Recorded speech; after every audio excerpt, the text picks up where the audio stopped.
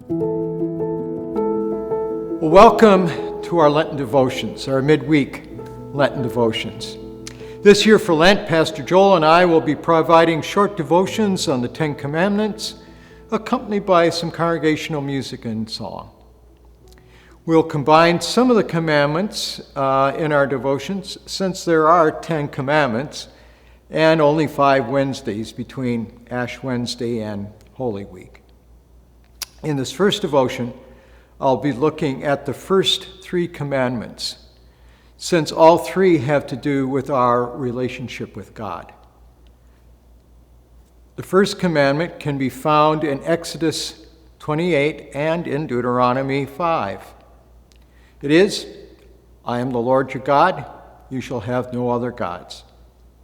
When Jesus was asked what was the greatest commandment, he replied, "You shall love the Lord your God with all your heart, with all your soul, and with all your mind. This is the greatest and first commandment.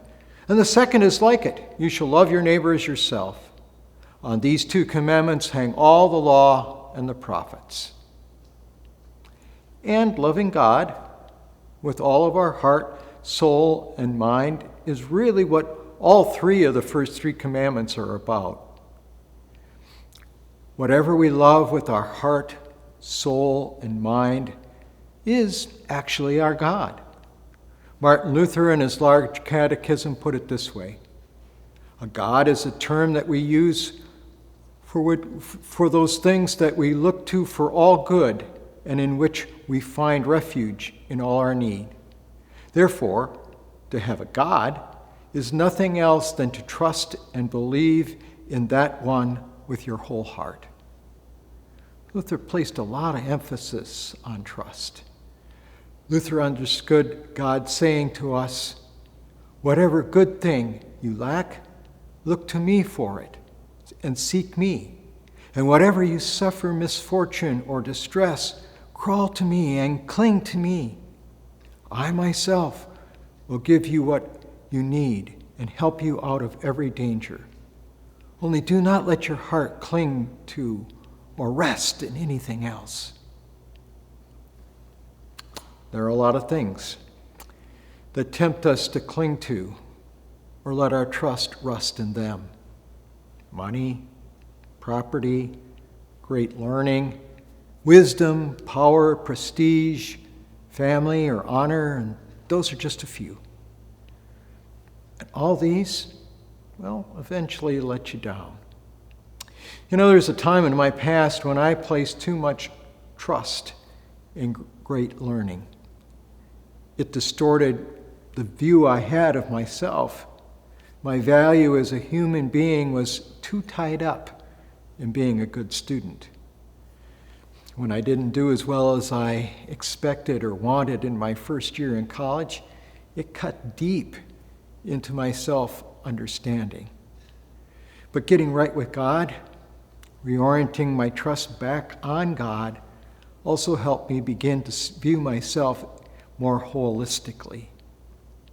That right placement on what we rely on and trust in is what this first commandment is all about.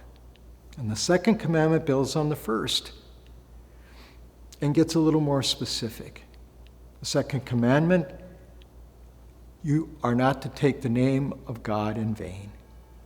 This commandment is often reduced to simply meaning we shouldn't swear, but the commandment is much bigger than that. In the large catechism, Luther puts it this way: it's a misuse of God's name if we call upon the Lord God in any way whatsoever to support falsehood or wrong of any kind.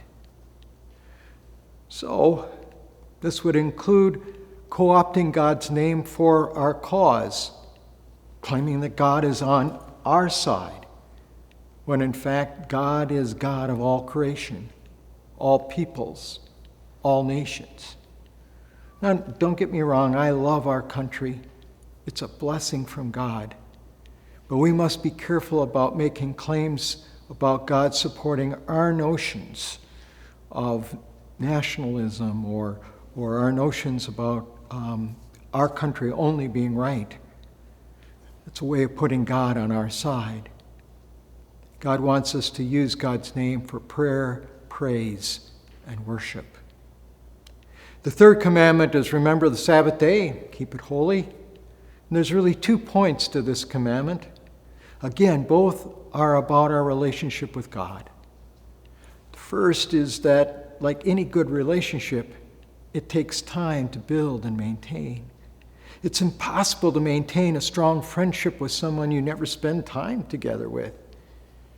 In the same way, a strong relationship with God is only possible when we devote time to it. The second part of the commandment, I think, is the hardest. One of the temptations we face is the temptation to place our trust in and rely on what we're able to do or accomplish. And this doesn't mean we shouldn't accomplish things. But it is about keeping our accomplishments in proper focus. By ceasing our drive to achieve one day a week, we are forced to confront our temptation to place too much reliance on what we can achieve. Rather than being a burden, this commandment is intended as gift. God, through this commandment, is promising that our needs will be provided, so it's okay to just stop and enjoy some rest. We're invited to enjoy the gift, God's provision, to reflect on God's care for us, and to have the time to let our hearts respond in thanksgiving and worship. May you be blessed as we journey together this Lenten season, as we take time to pause, reflect, and be drawn into deeper relationship with God.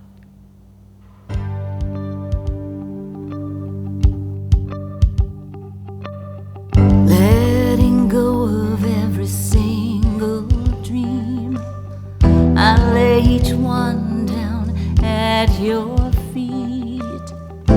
Every moment of my wandering never changes what you see. I've tried to win this war, I confess.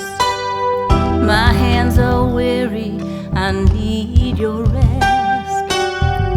Mighty warrior, king of the fight, no matter what I face, you're by my side. When you